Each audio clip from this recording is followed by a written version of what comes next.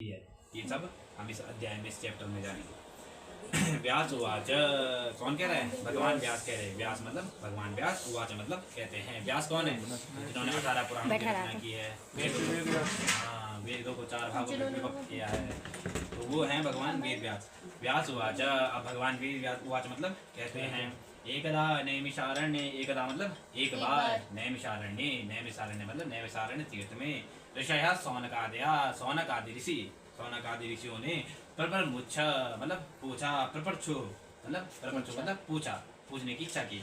मुनया सर्वे, सभी मुनियों ने पूछा। सूतम पौराणिकम खलु, सूत भगवान से एक बार नैमिषारण्य तीर्थ में सभी ऋषियों ने पूछा। अच्छा, हर कथा का प्रारंभ कहाँ से होता है? एकदा नैमिषारण्य। भागवत कथा भी होगी तो तब भी एकदा नैमिषारण्य, कोई पुराण भी पढ़ रहे होंगे तब भी एकदा नैमिषारण्य। क्यों? तो कहते हैं कि एक बार क्या है, पृथ्वी पर जब आतताइयों का बोझ बढ़ गया, जब राक्षस गणों की वृद्धि होगी, तो भगवान सब ऋषि मतलब क्या किए कि तपस्या करने की इच्छा करते हैं। ऋषियों का काम क्या है? तो ऋषियों का काम है तपस्या करना। तो सभी ऋषि तपस्या करने के उद्देश्य से भगवान ब्रह्मा के पास जाते हैं। तो हे भगवान ब्रह्मा, हमें कोई ऐसा उपाय बताइए, यहाँ पे मतलब ऐसा कोई क्षेत्र बताइए, ऐसी कोई जगह बताइए जहाँ पे हम यज्ञ कर सके, अपने तपस्या कर सके, और कोई जो है मतलब क्या, कोई राक्षस हमारे यज्ञ को विघ्न ना पहुँचाए। ऐसी सब लोग भगवान ब्रह्मा से प्रार्थना करते हैं, सभी ऋषि मुनि। तो भगवान ब्रह्मा क्या करते हैं फिर? तो भगवान ब्रह्मा कहते हैं कि मेरे से ऊपर भी एक सत्ता है, एक कुर्सी मेरे से भी ऊपर है। जैसे किसी पीएम सीएम के ऊपर पीएम होगा, पीएम के ऊपर राष्ट्रपति होगा, तो मेरे से ऊपर भी एक कुर्सी है। वो कौन है? भगवान विष्णु। तो सब ऋषि मुनि जो है भगवान विष्णु के पास गए हैं और भगवान विष्णु से कह रहे हैं कि हे भगवान, हमें पृथ्वी पर, धरती पर कोई ऐसा क्षेत्र बताइए, ऐसी जगह बताइए जहाँ हम अपनी तपस्या कर सके, अपने नित्य नियमों का पालन कर सके। तो ऐसी जब इच्छा मुनियों ने भगवान विष्णु के समक्ष रखी, भगवान विष्णु तो ऐसी प्रार्थना की, तो भगवान विष्णु ने क्या किया? अपने सुदर्शन चक्र का आवाहन किया, सुदर्शन को बुलाया और कहा कि तुम पृथ्वी पर जाओ, और ऋषियों से कहा कि जहाँ पर ये सुदर्शन चक्र रुकेगा वहाँ पर आप लोग तपस्या कर सकते हैं। तो अब ये सुदर्शन चक्र आगे आगे जा रहा है और सभी ऋषि जो है भगवान विष्णु के आगे से पीछे पीछे चलते हैं। अब जब सभी ऋषि पीछे पीछे चलते हैं तो कहाँ पहुँचते हैं? तो कहते हैं नैमिषारण्य तीर्थ में जाकर वह चक्र रुक गया। अब वहाँ पर वो चक्र रुका तो वहाँ पर एक नदी की जो है उत्पत्ति हुई, और वहाँ पर जो है सभी ऋषि मुनि तपस्या करने लगे। तो ये ऋषि कितने हैं? 88,000 कहते हैं। और तेन तपस्या के मुआ प्राप्त वांछितम फलम। हे सूत जी, इनके गुरु कौन है? सूत जी हैं। तो ये अपने गुरु से पूछ रहे हैं, मतलब व्यास भी जो बैठे हैं वो सूत जी हैं।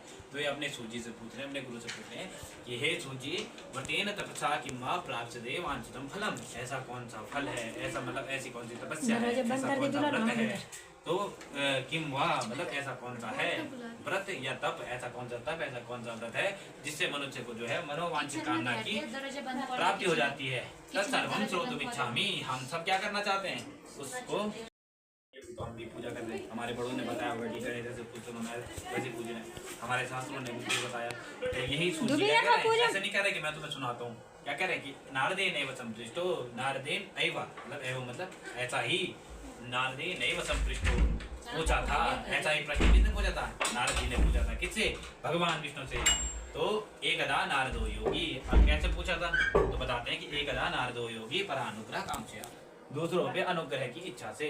जो ऋषि मुनि होते हैं, जो साधु होते हैं, तो क्या कहते हैं कि दूसरों का भला करने के लिए अपने को कष्ट देते हैं, है ना, दूसरे के भला करने की इच्छा में तत्पर रहते हैं।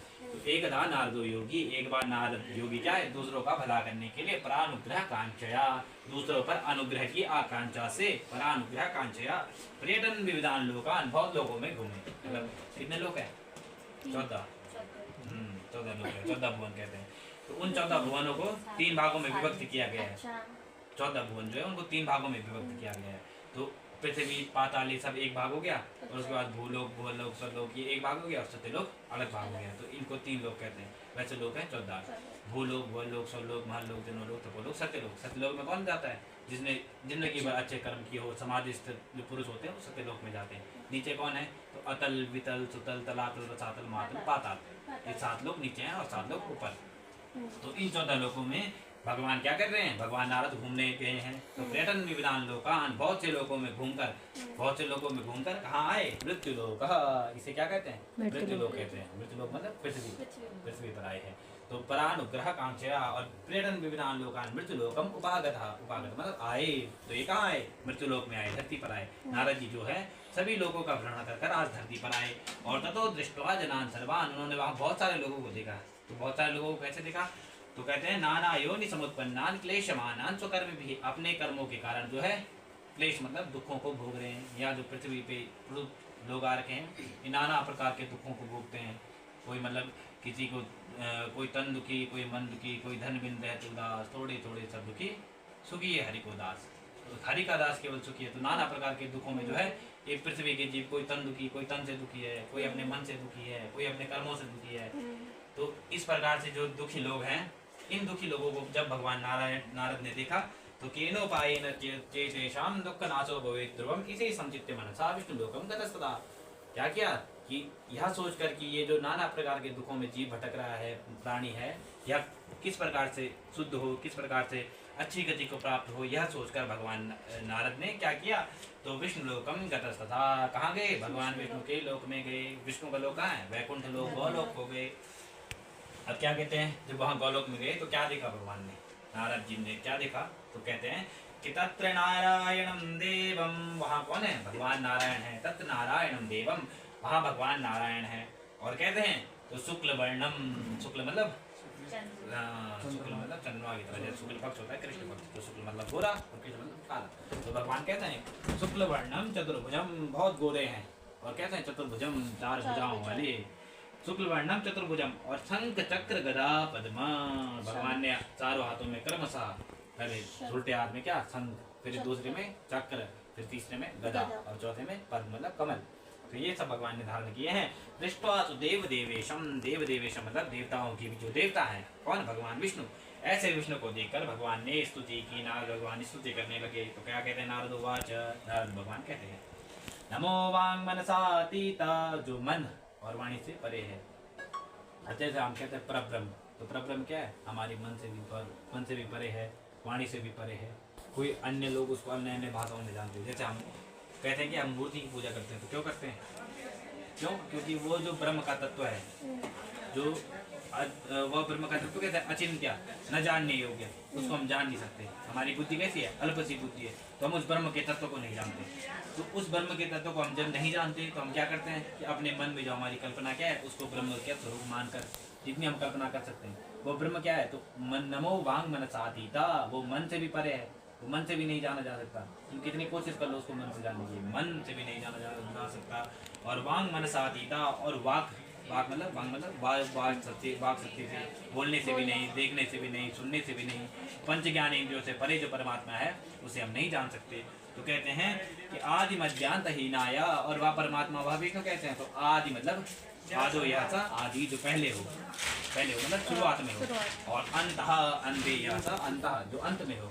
तो न तो तुम आदि में हो, मतलब न तुम्हारा कोई शुरुआत है और न तुम्हारा कोई अंत है। आदि मध्यांत हीनाया, और न ही तुम्हारा कोई मध्य है। ऐसा कौन है, ब्रह्म है। ऐसा कौन है, भगवान विष्णु है। निर्गुणाय गुणात्मने, और भगवान कैसा है, तो भगवान है निर्गुण, भगवान में कोई गुण नहीं है। हमारी ये पृथ्वी कितने एलिमेंट से बनी है, 5 एलिमेंट। हाँ, और पृथ्वी का स्रोत क्या है, जल। पृथ्वी किससे बनती है, जल से। जब जल होगा तभी तो पृथ्वी में पौधे फूल जाएंगे। तो जल में कितने एलिमेंट है, 4।